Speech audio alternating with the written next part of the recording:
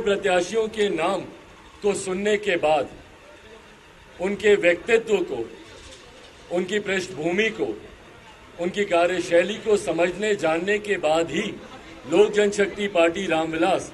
ये फैसला लेगी कि हमारा समर्थन किस उम्मीदवार के लिए है। वैसे इस बात को मैं स्पष्ट कर दूं कि लोक जनशक्ति पार्टी रामविलास संख्या बल के तौर पर हम लोग का बहुत ज्यादा उम्मीदवार के जीतने या हारने में संभवतः बहुत ज्यादा भूमिका नहीं होगी। लोकसभा में 1 वोट है हम लोग का, बट राष्ट्रपति चुनाव को अगर देखें, जिस इलेक्टोरल कॉलेज के माध्यम से चुनाव होता है, इस 1 वोट की भी महत्व लगभग 700 प्लस वोट के आधार के तौर पर होती है एक एमपी के वोट की। बट बहरहाल मेरे इस 1 वोट से बहुत ज्यादा हार या जीत में कोई फर्क नहीं पड़ने वाला,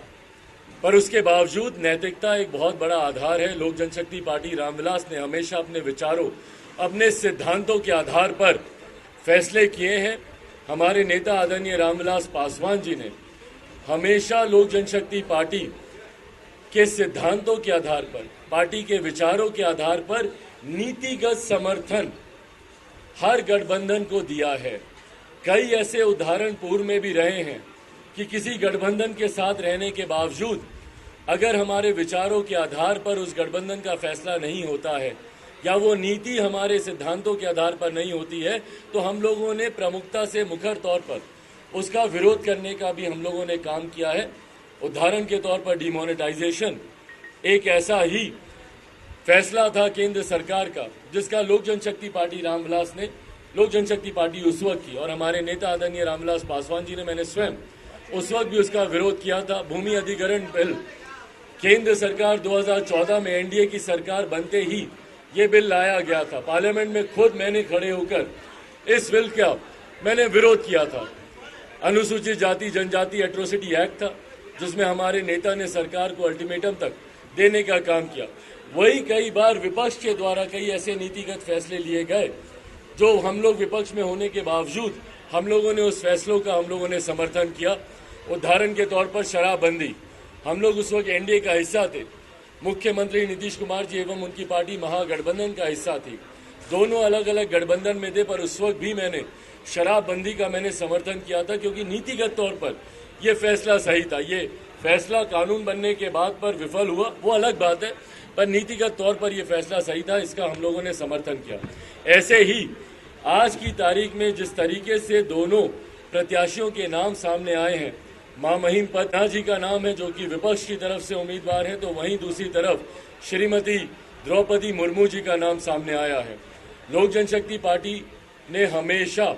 अनुसूचित जाति जनजाति वर्ग से आने वाले लोगों का मजबूती से समर्थन करने का काम किया है और हमेशा हमारे नेता ने उनके 50 साल के सक्रिय राजनीतिक इतिहास को अगर आप देखें, 5 दशक से ज्यादा जो हमारे नेता आदरणीय रामविलास पासवान जी ने राजनीति में बिताए, हमेशा उन्होंने अनुसूचित जाति जनजाति पिछड़ा वर्ग समाज के ऐसे वंचित वर्ग गरीब परिवार से आने वाले लोगों को मुख्य धारा के साथ जोड़ने का उन्होंने काम किया। उन्हीं के पक्ष चिन्हों पर चलते हुए हम लोगों ने भी हमेशा ऐसे वर्ग से आने वाले लोगों को कैसे मुख्य धारा में प्रमुखता से जोड़ा जाए, उसके लिए हम लोगों ने कार्य करने का प्रयास किया। ऐसे में जब द्रौपदी मुर्मू जी का नाम सामने आया है, तो लोक जनशक्ति पार्टी ने बिना कोई समय लगाए हुए, क्योंकि ये एक ऐसा विषय है जहां पे हम लोगों को ज्यादा विचार विमर्श की भी जरूरत नहीं है, ये हमारे सिद्धांतों के पूरी तरीके से साथ में है। हमारे विचारों से जो लड़ाई लोक जनशक्ति पार्टी रामविलास लड़ती है कि भैया अनुसूचित जाति जनजाति को प्रमुखता से उनका प्रतिनिधित्व केंद्र की राजनीति में होना चाहिए। ऐसे में देश के सर्वोच्च पद के लिए एक ऐसी महिला का नाम जो आदिवासी समुदाय से आती हैं, जब एनडीए की तरफ से सामने आया, लोक जनशक्ति पार्टी रामविलास ने कल रात विभिन्न नेताओं से हम लोग की चर्चा हुई, बातचीत हुई और एक आम राय बिना किसी विवाद के, यह आम राय हर किसी की थी, लोक जनशक्ति पार्टी रामविलास के हर एक नेता की, भले वो हमारे विभिन्न प्रदेशों के प्रदेश अध्यक्ष हों या हमारे राष्ट्रीय पदाधिकारी या हमारे बिहार प्रदेश के तमाम साथी, सबका एक स्वर में राय था कि हम लोगों को एनडीए के प्रत्याशी आदरणीय द्रौपदी मुर्मू जी का हम लोग को समर्थन करना चाहिए। ना सिर्फ क्योंकि वो एक महिला आदिवासी समुदाय से आती हैं, शेड्यूल्ड ट्राइब से आती हैं, बल्कि उनकी अपनी काबिलियत, भैया समाज के एक वंचित वर्ग से आने के बावजूद जिस संघर्ष और जिस मेहनत और जिस काबिलियत के बल पर वो देश के सर्वोच्च पद की दावेदारी तक वो पहुंची हैं, ये अपने में उनकी काबिलियत को दर्शाता है, उनके सामर्थ्य को दर्शाता है। और उनकी यही काबिलियत, इसी सामर्थ्य का समर्थन लोक जनशक्ति पार्टी रामविलास करती है। और पार्टी ने ये फैसला लिया है कि जिस तरीके से उनकी कार्यशैली रही एज अ गवर्नर,